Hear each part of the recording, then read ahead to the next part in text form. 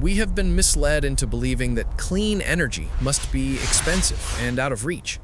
But in 2026, the traditional rules are about to be shattered by numbers we never thought possible.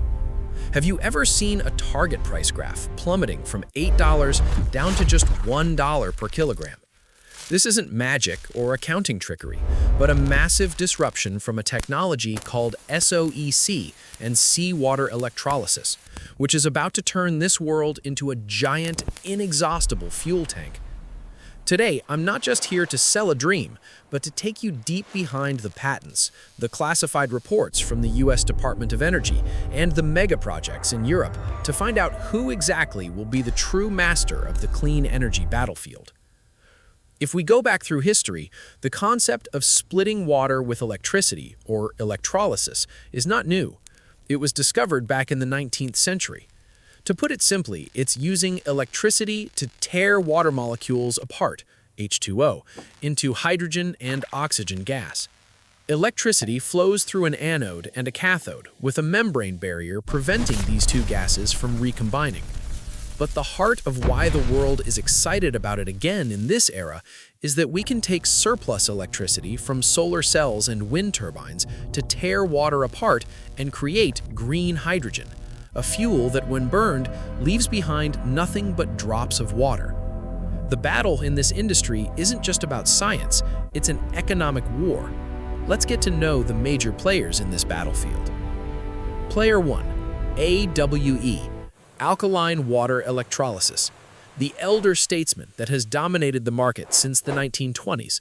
Think of it as a classic pickup truck, easy to repair, rugged, and most importantly, it doesn't rely on expensive precious metals. It uses just ordinary nickel and steel, making the machinery the cheapest to build. However, its downside is that it's bulky and doesn't respond very well to fluctuating power inputs. Player 2. PEM, technology developed by NASA for use in space. This one is like a Ferrari sports car, incredibly responsive, capable of handling the fluctuating electricity from wind turbines in seconds. But this performance comes with a massive price tag because it requires the rare mineral iridium, of which only a few tons are mined globally each year. Player 3, AEM, the rising star trying to be the hybrid, combining the compactness of PEM with the low cost of alkaline. Although it still faces issues with membrane degradation, researchers worldwide are racing to bridge this gap. But if we're talking about the big boss of actual efficiency, we must talk about the fourth technology, SOEC. The secret weapon of SOEC is heat. It operates at blistering temperatures, ranging from 600 to 900 degrees Celsius. According to thermodynamics, the hotter the water, the less electrical energy is required to tear the molecules apart. The result is that SOEC has extremely high electrical efficiency, especially when placed next to steel mills or nuclear power plants that have massive amounts of waste heat. And if we link SOEC to an ethanol plant, we don't just get hydrogen, we are turning a food factory into an automated synthetic fuel refinery that consumes carbon and breathes energy back out. But that's the world of engineering. Nothing comes for free. Temperatures of 900 degrees Celsius cause the ceramic materials and glass seals to degrade and fail quickly.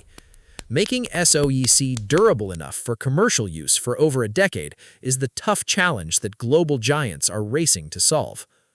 Another cool feature of SOEC is a capability called co-electrolysis. It doesn't just split water, it brings CO2 into the mix to convert it into syngas for making sustainable aviation fuel. Plus, it can shapeshift, RSOC. During the day, it consumes power to create and store hydrogen. At night, it uses that hydrogen to pump electricity back into the grid. It's a massive chemical battery. And in the near future, we are about to push boundaries further with direct seawater electrolysis. Our world is 96.5% seawater, but in the past, we had to use pure freshwater for energy production because salt is a metal's nightmare. It corrodes everything and produces toxic chlorine gas. But now, startups like Peregrine Hydrogen are thinking outside the box. finding ways to split seawater while simultaneously extracting high-value chemicals to sell alongside it. If successful, these chemical byproducts will drive the price of hydrogen down significantly. In conclusion, this hydrogen war isn't measured by who has the flashiest technology, but who can solve the economics of scale first. Green hydrogen might not have to wait to naturally become cheaper than fossil fuels. If carbon taxes are fully enforced, the hidden costs of fossils will skyrocket until they become obsolete on their own. On that day, SOEC won't just be a machine in a lab, it will be an energy bank that exchanges waste heat into the currency of the future. Understanding this new energy system is about preparing for the biggest change in a century. Because in a world where carbon becomes a liability, hydrogen and seawater electrolysis are the keys that will unlock sustainable wealth for us all.